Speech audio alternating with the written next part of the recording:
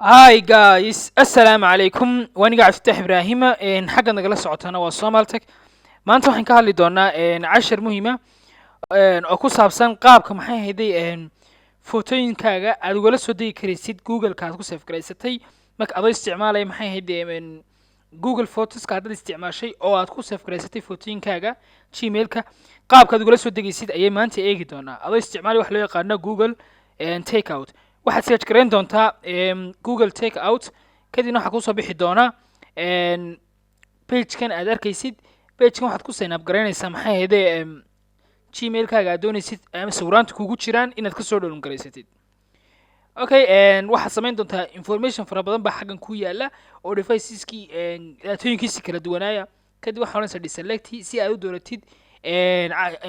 mawduuca aad doonaysid inaad download garaysatid marka inagu maanta waxaan eegi doonaa qaabka aad u download garaysanaysid footooyinkaaga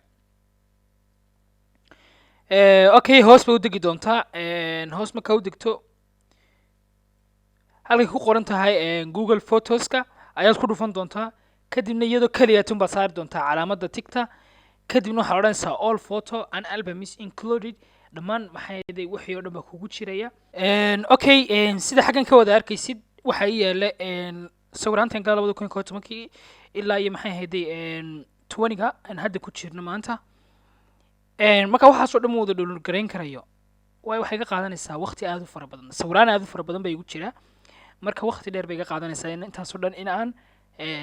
aan zip gareeyo kadibna aan soo download gareeyo kadib waxaan odhanayaa deselect baan odhanayaa si aan u doorto qaar keliyata oo aan kugu tuso qaabka aad u soo download garayn karaysid okay keliyata waxaan dooranayaa kuwa bal 2011 kadibna waxaan dooranayaa okay inta markaan doorto waxaan hoos baan u degayaa hoos markaan u dego xaggan baan waxaan sameynayaa inaan idhaha next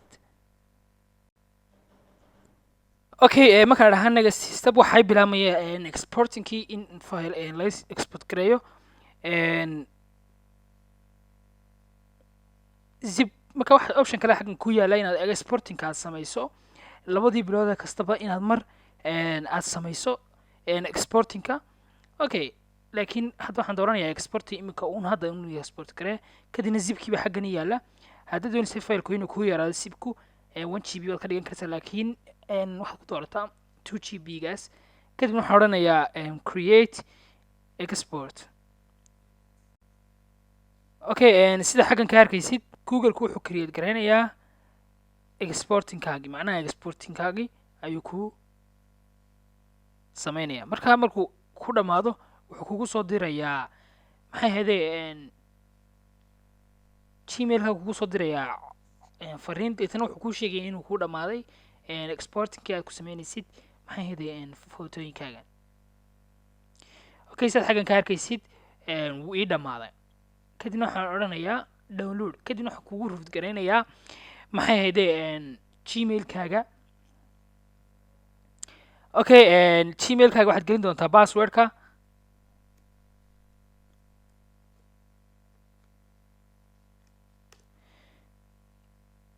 okay password marka geliso wuxuu isaguna ku siinayaa option la mid ah wuxuu ku odhanayaa download kadibna waxaad odhanaysaa download okay kadibna file-kaagii uu kuu soo degayaa sida xaggan ka arkaysid xaggan hoose okay waxaad samaynaysaa markuu intaas ku dhamaado file-kaagii wuxuu ku noqday zip sida arkaysid kadibna waad right click baad siinaysaa kadibna waxaad odhanaysaa extract fileska xaggan ku extract baad odhanaysaa okay markuu extraction ku sameeyo dhammaan waxaa ku soo gelaya takeout xaggaad ka arkaysid takeout baa ku yaala folder-ka okay markaad soo furtid waxaad arkaysaa in xaggan igu jiro marka dhammaan footooyinkii iyo videoskiisa oo dhan wuu soo wada download gareeyay let's say marka waxaan arki doonaa 2011kii photo iguma jirin waxaa igu jiray faylashaas iyo maxay ahaydey muxuu ahaa xabadaas maxay ahaydey videogaas videogaasna waxa ku saabsan yahay waxaas markaas waxaan ku tusay iminka macluumaadkan waxa weeye inaad ka soo download garaysan karaysid footooyinkaaga iyo videoiskaaga aad ku kaydsatay maxay ahaydey Google-ka qaabkii aan ku tusay baad u maraysaa